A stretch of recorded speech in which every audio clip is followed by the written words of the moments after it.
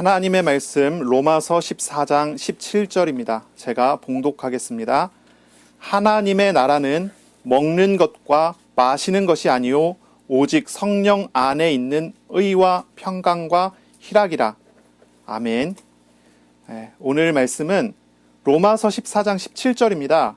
하나님 나라의 기쁨이라는 제목으로 우리가 함께 하나님의 말씀을 나누겠습니다. 하나님 나라의 기쁨입니다.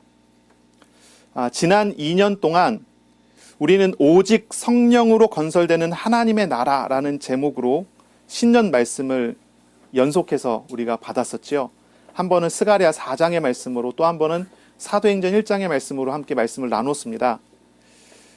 우리의 힘과 노력으로는 하나님의 나라를 결코 이룰 수가 없지만 오직 성령의 능력으로, 오직 성령의 역사하심으로 하나님의 나라가 우리의 삶에 이루어진다고 선포가 되었습니다. 저는 지난해 동안 돌이켜봤을 때 저의 능력의 한계와 하나님의 인격적인 도우심과 역사하심을 알아가는 시간이 되었습니다. 그래서 저는 언제나 제가 할 수 없음을 보고, 그러나 하나님께서 건설해 가시는 하나님의 나라를 이제 목격하고 경험을 한 것이지요. 아마 지난해 선포됐던 하나님의 말씀은 각자의 시간표에 맞게 역사되고 성취되고, 그러므로 말씀하시는 하나님을 경험하는 그런 해가 되었을 것으로 생각합니다. 이렇게 하나님께서 말씀을 하시면 그 말씀을 이루어 가시고 그 말씀하신 대로 역사를 하십니다.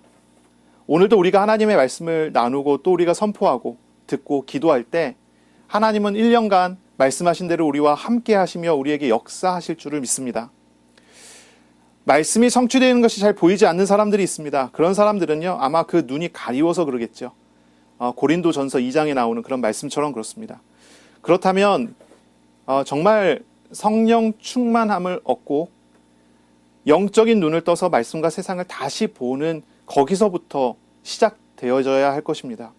그래서 말씀을 따라 말씀하시는 하나님을 알고 현장과 삶 속에서 그 말씀의 역사를 경험해 가는 그런 축복이 있어야 할 것입니다. 올해는 이제 이 하나님의 나라의 평강과 기쁨을 누리는 해가 될 것입니다. 하나님께서 우리의 삶에 건설하신 그 하나님의 나라가 결국 우리에게 평화와 기쁨을 누리는 은혜로 우리에게 역사가 될 것입니다. 그래서 오직 성령으로 하나님께서는 하나님 나라를 건설하시고요. 그리고 그 건설된 하나님의 나라에서 하나님은 우리에게 평화와 그리고 기쁨을, 희락을 우리에게 주시는 것입니다. 가장 먼저 우리는 올해 신앙의 가장 기본을 회복하는 그런 해가 되어야 하겠습니다. 성령의 충만함을 얻는 그런 해가 되어야 되겠죠. 우리는 하나님과의 참된 인격적인 만남과 인격적인 관계를 회복해야 할 것입니다. 우리에게 오신 삼위일체 하나님은 인격적이신 분이세요. 인격적이신 분이십니다. 어떤 능력이나 어떤 파워가 아닙니다. 비인격적인 어떤 그런 것이 아니죠. 하나님은 아주 인격적이신 그러신 분이십니다. 우리를 인격적으로 대하여 주시는 그런 분이십니다. 하나님은 택하신 백성을, 하나님의 자녀를 무척이나 사랑하시기 때문에 자녀에게 어떠한 일도 강제적으로 행하지 않으십니다. 하나님의 뜻을 먼저 알리시고 설득하시고 인내하시고 기다리시면서 그렇게 만나주시는 분이시지요. 아브라함의 불신앙을 하나님께서는 60년 넘게 설득하셔서 믿음의 조상이 되게 하셨습니다.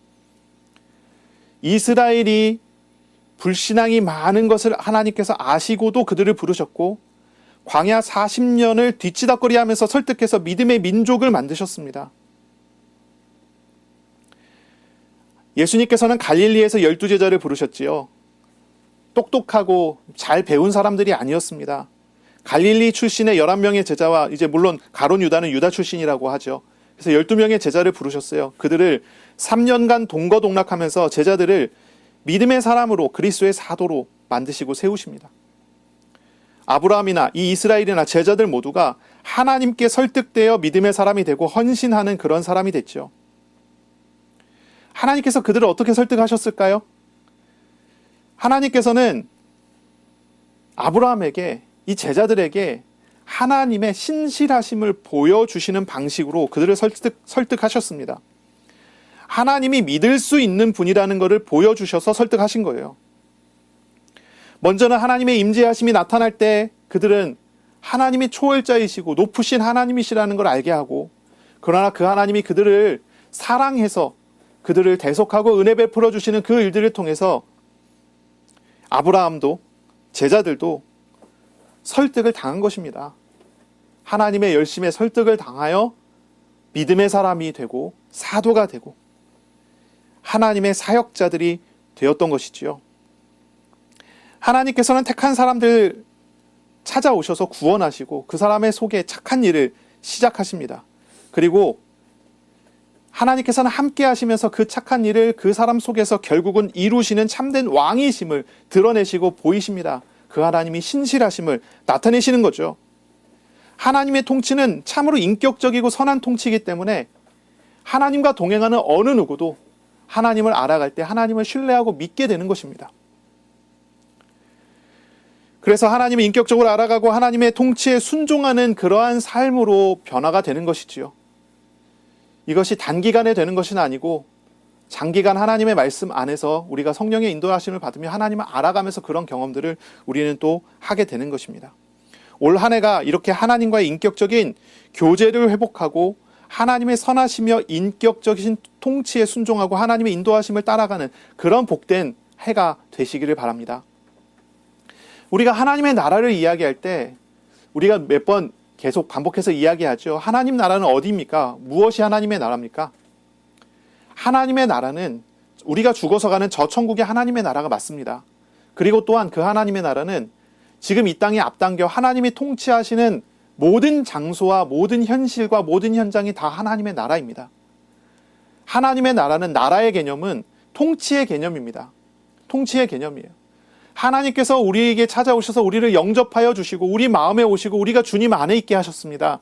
그리고 주님은 우리의 삶과 우리의 모든 것을 아시고 인격적으로 선하시게 통치하십니다. 하나님의 통치 방식은 강제적이지 않습니다. 아주 인격적입니다. 하나님께서 우리를 어떻게 대하시고 어떻게 말씀하시고 어떻게 인도하시는지 우리가 바로 본다면 우리에게 있는 이 하나님의 나라, 이 통치가 우리가 하나님의 백성 됐다는 사실이 얼마나 놀라운지, 얼마나 신비한 것인지를 볼 수가 있게 되는 것입니다. 그래서 우리는요, 이 하나님을 알아가는 해, 그때 우리가 하나님의 나라를 누리는 것입니다. 하나님의 나라를 누리는 해. 하나님께서 우리에게 베풀어 주시는 그 통치가 얼마나 놀라운지, 우리에게 이루시는 축복이 얼마나 놀라운지를 경험하는 그런 해가 되시기를 바랍니다.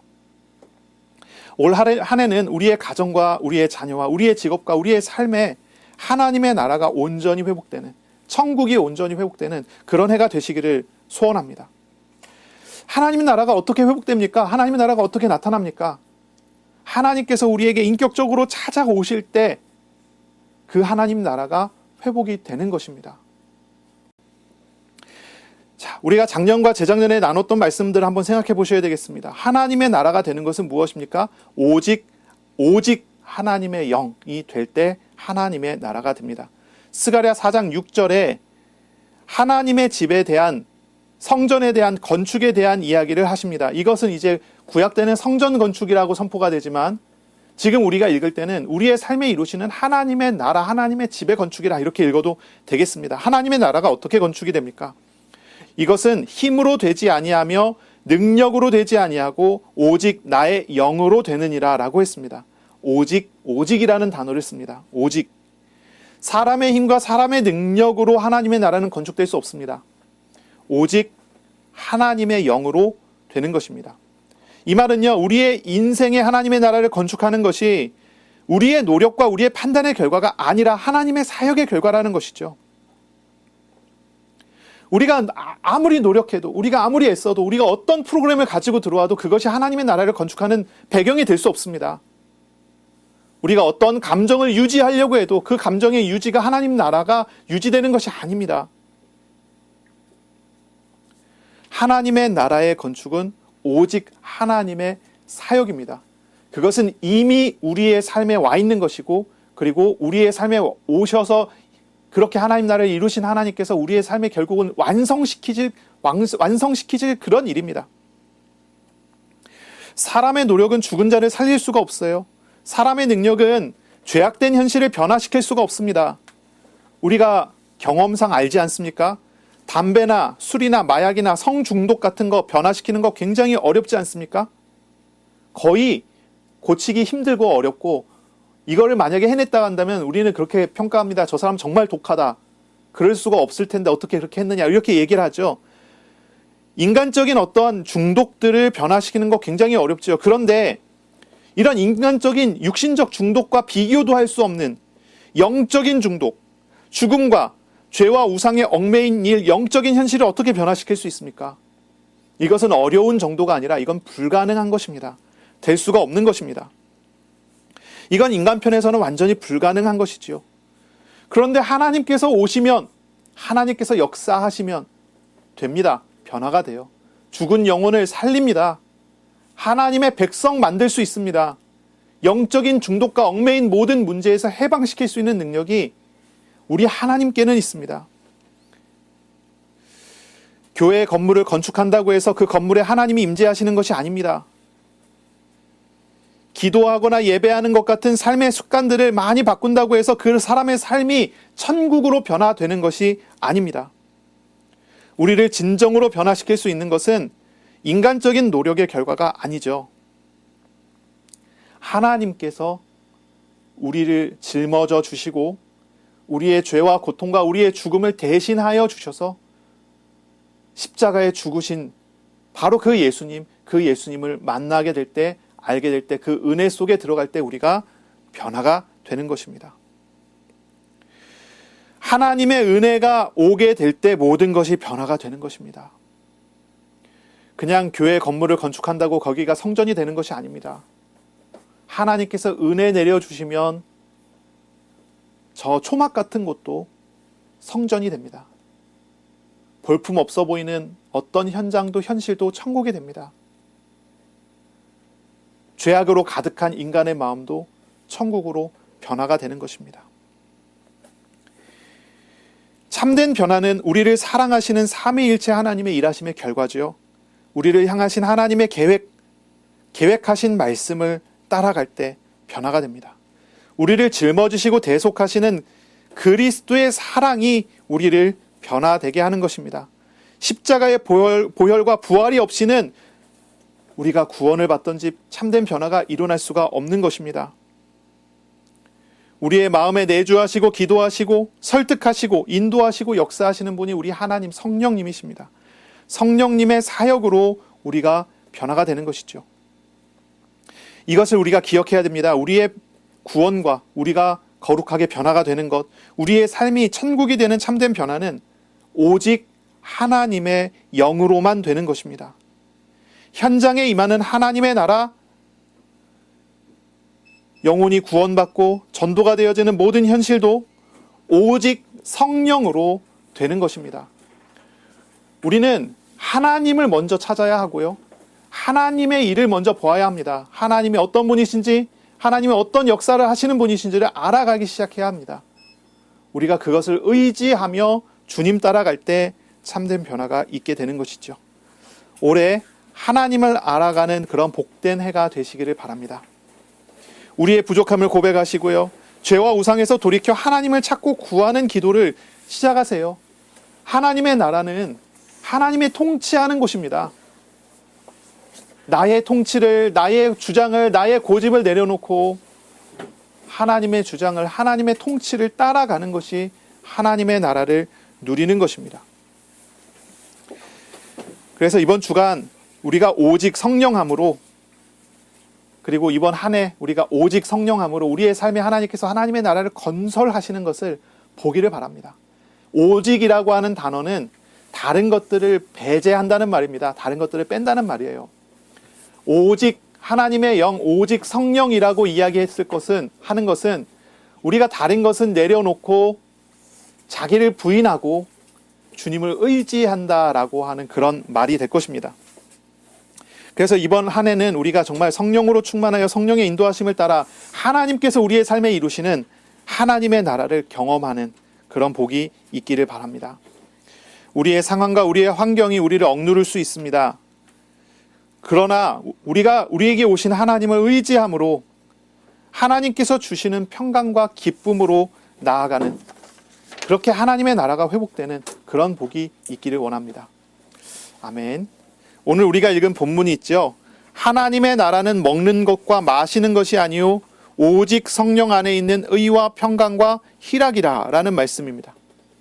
하나님의 나라는요, 무엇입니까? 천국은 무엇입니까? 천국, 배가 고픈 사람에게 천국은 배가 부른 장소일 거라 생각합니다. 목마른 사람에게 천국은 목마른 것을 해결할 수 있는 그런 장소일 거라 생각하죠. 많은 사람들이 사실 이제 천국에 대한 개념과 이미지를요, 육신적인 데 많이 맞춰놓고 있습니다. 왜냐하면 사람들이 자기의 필요를 육신적인 것으로 많이 생각을 하기 때문이죠. 그러나 하나님께서 정말로 주시려고 하는 것은 육신적인 것이 아니라 본질적인 데 있습니다. 하나님께서 하나님의 나라를 통해 우리에게 이루시고자 하는 것은 우리의 본질에 있습니다. 영적인 데 있는 것이죠. 그래서 여기에선 이 세 가지를 이야기합니다. 오직 성령 안에 있는 의와 평강과 희락이라. 이것을 말하는 것입니다. 돈이 없는 사람에게는 돈이 있는 것이 천국이라 생각을 할 것이지만, 그러나 그것은 천국이 될 수가 없습니다. 잠시 가진 것처럼 보이지만 전부 내려놓고 가야 되는 것이죠. 갖는 것처럼 보이지만 그것은 갖는 것이 아니라 오히려 영혼을 빼앗기는 일이 될 수도 있습니다. 하나님의 나라는 오직 성령 안에 있는 의로움입니다. 의로움. 하나님께서는 모든 죄악과 모든 더러운 것을 배제하고 거기에서 구원하여 하나님의 의로움에, 하나님의 오름에 참여하게 합니다. 이것은 우리가 죄의 노예되어 있었던 모든 상태에서의 해방을 의미합니다. 얽매여 있는 모든 문제에서의 해방을 의미합니다. 우리가 우상되어 있는 어떤 것들, 상처되어 있는 어떤 얽매임에서의 해방을 의미합니다. 하나님의 나라는 오직 성령으로 이루어 주시는 의로움입니다. 오름입니다. 이 오름 안에는 자유가 있죠. 자유한 것입니다. 예수께서 오셔서 이루시는 일이 있잖아요. 가난한 자들에게 아름다운 소식을 전파합니다. 갇힌 자에게 노임을, 포로된 자에게 자유를 주는 것입니다. 이것이 하나님의 나라입니다. 또한 성령 안에 있는 평강입니다. 평안이라고 바꿔서 이야기할 수 있고요. 샬롬이라고 바꿔서 이야기할 수 있습니다. 또 바꿔서 이야기한다면 안식이라고도 할 수 있겠습니다. 하나님의 나라가 임하면 하나님은 그 사람에게 평안을 주십니다. 평강을 주십니다. 평화를 주십니다. 안식을 주십니다. 이것이 놀라운 사건입니다. 어디에도 안식이 없어요. 어디에도 안식을 얻을 수 없습니다. 그러나 하나님의 나라는 하나님께서 주시는 안식을 얻는 그러한 장소이고 그러한 현실입니다. 평안과 편안은 다르죠. 이제 단어를 잘 들으세요. 편안한 것과 평안한 것과는 달라요. 편안한 것은 무엇입니까? 편안한 것은 몸이 편안한 거예요. 그러면 편안하면 어떻게 되죠? 게을러집니다. 사람들은요, 먹는 것과 마시는 것을 구합니다. 그것은 편안한 것입니다. 그러나 게을러집니다. 그리고 온전할 수가 없습니다. 그런데 하나님께서 주시는 것은 예수 안에서 이루시는 평안입니다. 평안입니다. 모든 죄와 저주를 십자가에 못 박고서 이루시는 참된 평안함입니다. 그것은 하나님의 평안이고 하나님의 안식입니다. 하나님 품 안에서 쉴 수 있는 것입니다. 이것은 게으름과는 전혀 다른 것입니다. 하나님께서 우리의 삶에 이루시는 참된 평화라는 것이 나타나는 것입니다. 세상 가운데서 고통과 어려움 속에 살다가 하나님 앞에 주일날 예배하기 위해 나옵니다. 하나님을 만납니다. 그때 하나님은 우리에게 평화를 주십니다. 내 마음에 평안을 주십니다. 이 평안은 세상이 주는 것하고는 다른 것입니다. 세상이 주는 것하고는 전혀 다른 것입니다. 문제 속에 있을 때, 갈등 속에 있을 때, 고민 속에 있을 때 마음이 아주 불편합니다. 너무나 괴롭고 힘듭니다. 어떤 상처가 건드림 받았을 때 그렇지 않습니까? 머릿속에서 하루 종일 그 상처만 계속 떠오릅니다. 그 사람 욕만 하루 종일 하게 되죠. 그런데 어떻습니까? 우리가 주님 앞에 나갈 때, 주님께 나를 맡길 때 말할 수 없는 평안을 하나님께서 우리에게 주시지 않습니까? 이것은 평안입니다. 하나님의 나라, 하나님의 통치가 이루어질 때 우리의 마음에 이루어 주시는 하나님의 평안. 분란이 있고 고통이 있고 싸움이 있는 공동체 속에 하나님의 통치가 나타날 때 거기에 하나님께서 이루시는 평화, 안식이라는 게 있습니다. 이것은 하나님의 나라가 이루어질 때 나타나는 사건입니다. 그리고 희락입니다. 기쁨입니다. 성령 안에서 하나님께서 우리에게 기쁨을 주십니다. 기쁨을 주십니다. 성령 충만을 얻은 사람의 특징이 뭐냐라고 질문을 한다면 아마 세 가지를 이야기한다면 이렇게 이야기할 수 있을 것입니다. 자유와 평안과 기쁨이다. 감정적으로 우리가 생각한다면 평안과 기쁨을 이야기하겠죠. 특히나 기쁨입니다. 하나님의 통치하심을 알고 누리게 되니 성령 안에서 평안과 기쁨을 누리게 됩니다. 세상의 기쁨은 상대적인 기쁨이죠. 일시적인 기쁨입니다. 그런데 성령 안에 있는 기쁨은 절대적인 기쁨입니다. 이것은 하나님께서 주시는 것입니다. 세상의 것하고는 비교할 수가 없습니다. 초대교회 성도들은 보면 가난해도 기뻤습니다. 가난했지만 기뻐했습니다. 사도행전 2장 46절에 날마다 마음을 같이하여 성전에 모이기를 힘쓰고 떡을 떼며 기쁨과 순전한 마음으로 음식을 먹었다라고 이야기합니다. 사도들은요, 박해와 능욕을 받아도 기뻐했습니다. 사도행전 5장 41절에 보면 사도들은 그 이름을 위하여, 예수의 이름을 위하여 능욕받는 일에 합당한 자로 여김을 기뻐하면서 공회 앞을 떠나니라 라고 했습니다. 사마리아 현장에서 복음이 증거되고 하나님의 나라가 나타났을 때 귀신이 떠나게 되고 병자가 고쳐지는 일이 벌어졌죠. 그때 사도행전 8장 8절입니다. 그 성에 큰 기쁨이 있더라. 이런 기록이 있습니다. BCD 안디옥에서 또한 사도 바울이 복음을 증거했습니다. 그때 이방인들이 복음을 듣고 믿어 기쁨이 가득해지죠. 사도행전 13장 48절에 이런 기록입니다. 이방인들이 듣고 기뻐하여 하나님의 말씀을 찬송하며 영생 주시기로 작정된 자는 다 믿더라. 바로 여기에 이어서 나옵니다. 사도행전 13장 52절 제자들은 기쁨과 성령이 충만하니라. 이런 기쁨에 대한 기록은 참 많이 있습니다. 기쁨에 대한 기록이 가득 있습니다. 얼마나 이들이 많이 기뻐했는지 몰라요. 우리가 잘 아는 데살로니가 전서 5장 16절부터 18절에 보면 이렇게 명령합니다. 항상 기뻐하라. 쉬지 말고 기도하라. 범사에 감사하라. 이것이 하나님의 뜻이라고 이야기합니다. 우리가 만약에 육신적으로 필요한 것이 있는데 그것이 채워진다면 기쁘게 되겠죠. 그렇죠? 기뻐하게 될 것입니다. 로또가 당첨됐다. 그러면 기쁘지 않겠어요? 네. 뭐 자녀가 학교에서 공부를 했는데 좋은 성적을 받아왔다. 기쁘지 않겠어요? 내가 원하는 어떠한 일이 이루어졌다. 그러면 참 기쁘지 않겠습니까? 그런데 성령 충만으로 해서 오는 이 기쁨은요. 이런 육신적인 기쁨을 완전히 넘어섭니다. 넘어서요. 이 기쁨은요. 성령의 통치 아래에 있기 때문에 오는 기쁨입니다. 주님과 사랑을 나누는 기쁨. 창조와 구원과 천국의 보증을 주시는 주님으로 인한 기쁨입니다. 육신적인 데서 오는 기쁨은 잠깐 있다가 없어져 버리지만 하나님께서 우리에게 주시는 성령 안에서 나타나는 이 기쁨은 영원한 기쁨이고 빼앗길 수 없는 기쁨이고 이 기쁨은요 없어지지 않는 그런 것입니다. 가진 것이 없어도 박해와 고통이 있어도 기쁠 수 있습니다. 환난보다 더 큰 은혜를 경험할 수 있고 세상보다 더 큰 하나님의 나라를 얻어가는 실상이 있기에 기쁠 수 있는 것입니다. 그래서 육신적인 기쁨과 비교할 수가 없는 그런 것입니다. 기쁨에는 무슨 이유가 있겠죠. 무엇 때문에 기쁩니까? 무엇 때문에 기뻐합니까? 밖에서 하루 종일 일하고 고생하고 힘들어하다가 집에 딱 들어왔는데 자녀가 반갑게 웃으며 맞아준다면 얼마나 기쁠까요? 그렇죠? 그러나 그 기쁨은 아이가 자라나면서 변화가 되겠죠.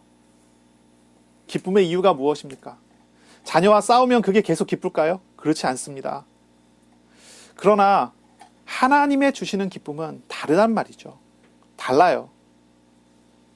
하나님이 우리에게 이루신 하나님의 사역이 온전하기 때문에, 변하지 않기 때문에, 우리를 만나주시는 하나님의 사랑과 하나님의 은혜가 결코 변하지 않기 때문에 주님을 알아가면 알아갈수록 그 기쁨은 더 커지고 더 분명해집니다. 그러니 이것은 전혀 다른 것입니다. 그리스도는 절망하는 인생에 오셔서 희락을 주시지 않았습니까? 이사야서 61장 1절로 3절에 보면 예수님께서 오셔서 가난한 자에게 아름다운 소식을, 마음이 상한 자를 고치고 포로된 자에게 자유를, 갇힌 자에게 노임을 주십니다. 3절에 가면 예수님께서 오셔서 시온에서 슬퍼하는 사람들에게 슬픔 대신 기쁨과 즐거움을 주고 근심 대신 찬송을 주어 그들이 여호와의 심은 의의 나무와 같아서 그의 영광을 나타낼 수 있도록 하기 위해서 그렇게 하신다고 이야기합니다. 하나님께서 기쁨을 주세요. 슬픈 자를 기쁘게 하십니다. 그리고 그 기쁨을 통해서 뭘 이루신다고요? 하나님의 영광을 높이는 그 일이 된다라고 이야기하는 것입니다. 주님의 사역의 목적 중에 하나가 우리에게 참 기쁨을 주시는 것입니다. 하나님의 자녀들이 하나님 때문에 진짜 기쁘게 하기를 원하십니다. 그것이 하나님께서 목적하신 목적 중에 하나입니다. 요한복음 15장 11절에 내가 이것을 너희에게 이름은 내 기쁨이 너희 안에 있어 너희 기쁨을 충만하게 하려 함이라 라고 말합니다. 예수님께서 십자가에 잡히시기 전에 최후의 만찬하시며 제자들에게 가르치신 유언과 같은 메시지예요.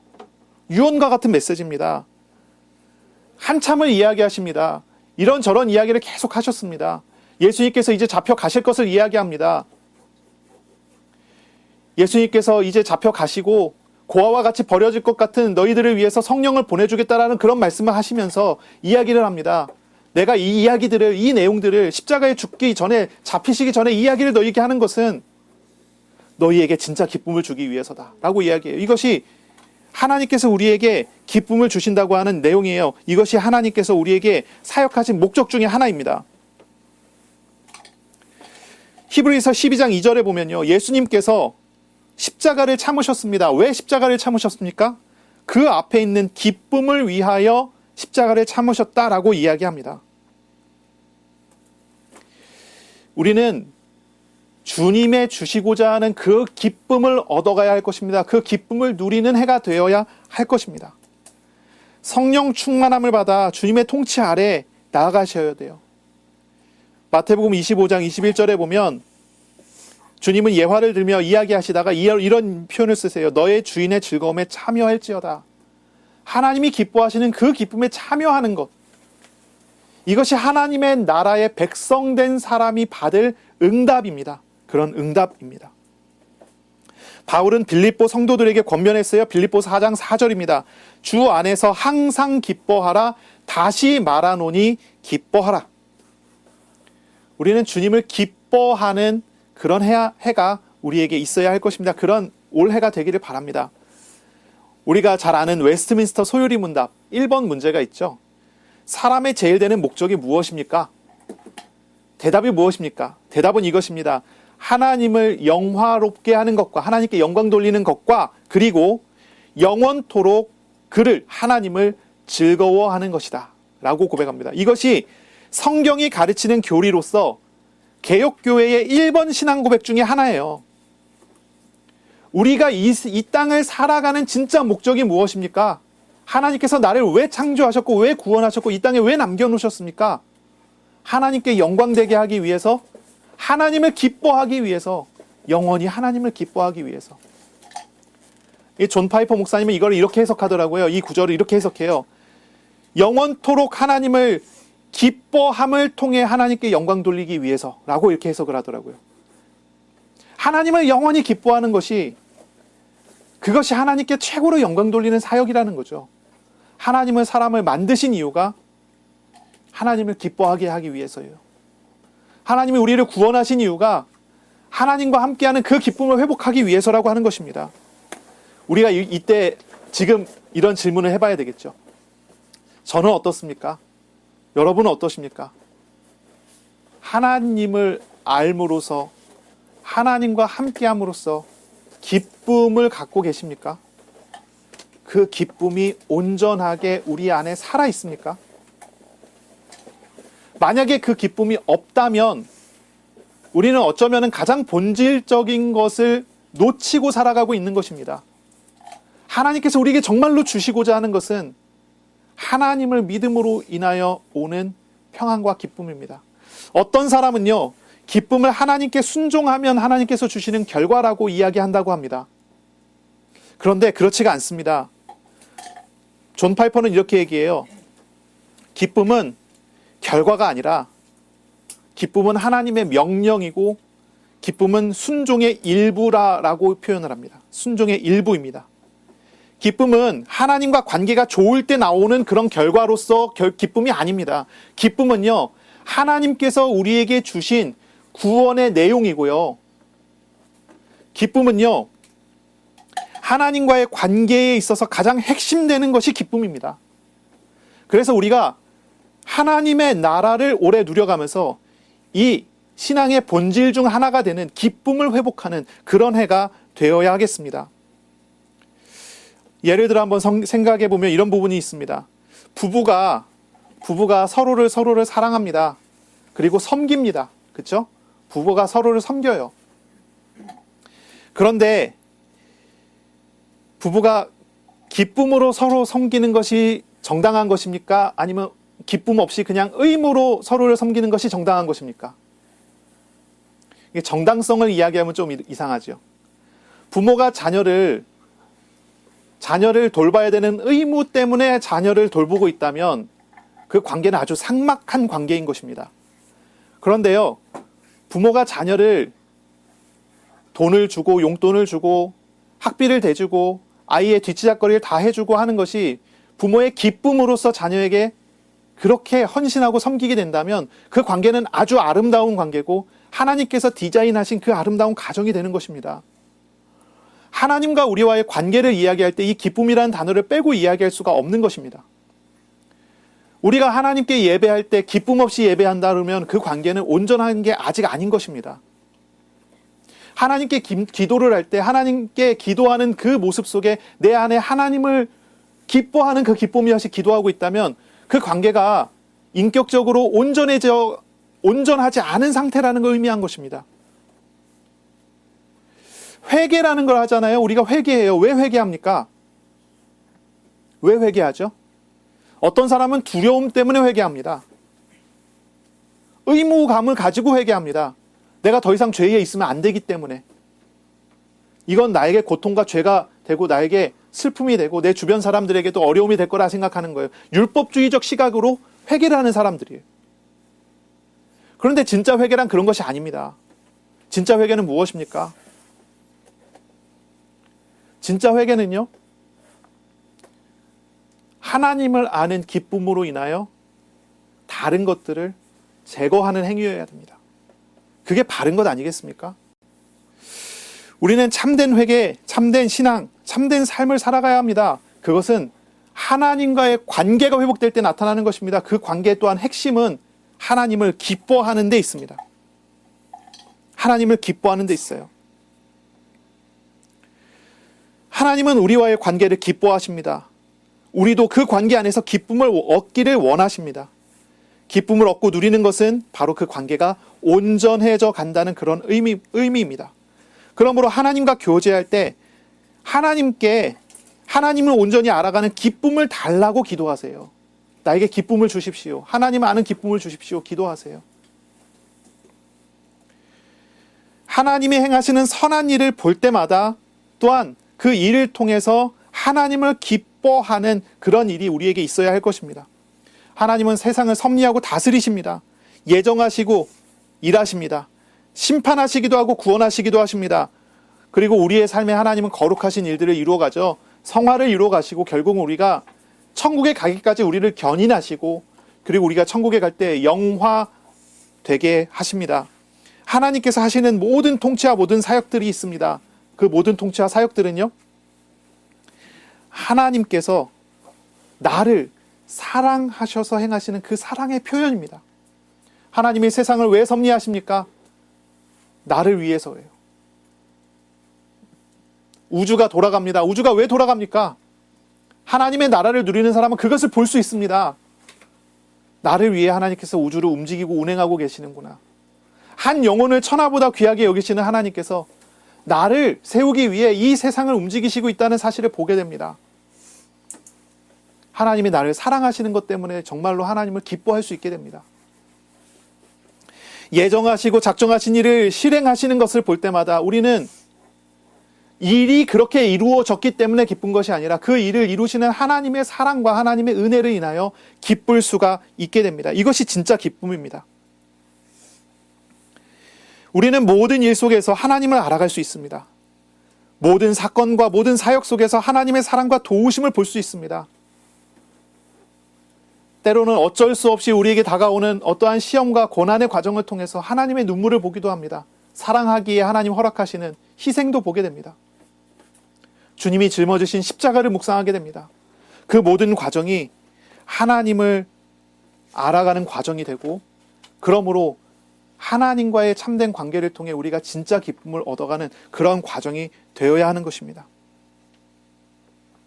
하나님의 모든 사역을 통해 우리가 하나님을 알아가고 그래서 하나님을 기뻐하게 될 때 하나님은 영광을 받으십니다. 우리가 성령 안에서 최고로 즐거워하게 될 때 하나님은 최고로 영광 받으시는 것입니다. 바로 이 사실을 우리가 보아야 할 것입니다. 영원한 참 기쁨을 구하시고 기도하시고 하나님께 달라고 자꾸 이렇게 매달리세요. 하나님께 달라고 하세요. 주님과 함께 할 때 주님께서 우리의 마음에 허락하시는 세상이 이해할 수 없는 평안과 기쁨을 달라고 하세요. 우리 안에 있는 죄와 우상과 상처와 고통스러운 것들 다 주님 앞에 고백하고 다 내다 버리시고 주님을 알아가는, 주님을 만나는 놀라운 은혜 속에 들어갈 수 있도록 기도하세요. 올해는 하나님과 기쁨으로 교제하는 그런 저와 여러분이 되기를 바랍니다. 우리의 모든 상황과 만남을 주관하시는 하나님을 알아가고 기뻐하는 저와 여러분이 되시기를 축복합니다. 아멘. 이번 주간 그리고 이 올 한 해 참된 기쁨을 구하고 주님께로 늘 나아가시기 바랍니다. 나에게 참 기쁨이 없다라고 느껴지시는 분은요, 정말 애통하며 기도하세요. 죄와 우상에서 돌이켜 주님께로 나아가는 그러한 발걸음을 시작하세요. 그리고 주님 안에서의 기쁨을 경험하는 사람, 그런 사람은요, 주님께서 주신 이 기쁨의 참된 맛을 더 알아가기를 축복합니다. 하나님의 사랑이 얼마나 더 크고 깊고 넓고 깊은지, 얼마나 긴지 그 사랑의 참된 맛을 그렇게 보아가는 그런 주간이, 그런 한 해가 되시기를 바랍니다. 올 한 해 하나님과 인격적인 관계를 회복하셔요. 하나님을 더 알아가고 깊이 경험하고 믿어 의지하는 그런 해가 되시기를 바랍니다. 자기를 부인하고 오직 주님만을 따라감으로써 우리의 모든 삶의 자리에 하나님의 나라가, 하나님의 통치가 나타나는 그런 해가 되기를 바랍니다. 주님과 동행함으로써 성령 안에 의와 평강과 기쁨을 경험하고, 특히 기쁨을 경험하고 누리기를 바랍니다. 주님의 사랑을 느끼고 주님과 교제하는 기쁨을 얻고 영원한 하나님 나라의 기쁨이 우리의 삶의 자리에 충만하기를 예수님의 이름으로 축원합니다. 아멘. 기도하겠습니다. 하나님 감사합니다. 오늘 우리에게 주신 이 말씀, 올 한 해 우리에게 주신 이 말씀을 마음에 담고 기도하며 주님의 인도를 받아 나가게 하여 주옵소서.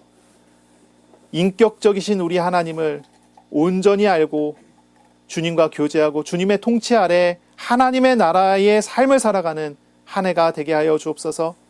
우리의 것, 우리의 생각, 우리의 욕심 다 내려놓고 오직 하나님을 따라, 하나님의 인도하심을 따라 우리의 삶에, 우리의 가정에 하나님 나라가 회복되는 것 경험하고 알아가는 한 해가 되게 하여 주옵소서. 성령으로 인한, 성령의 충만함으로 인한 참된 기쁨이 회복되는 한 해가 되게 하여 주옵소서. 예수님의 이름으로 감사하며 기도합니다. 아멘. 우리 구주 예수 그리스도의 은혜와 하나님의 사랑하심과 성령의 교통하심이 이제로 영원까지 항상 함께 있을지어다. 아멘.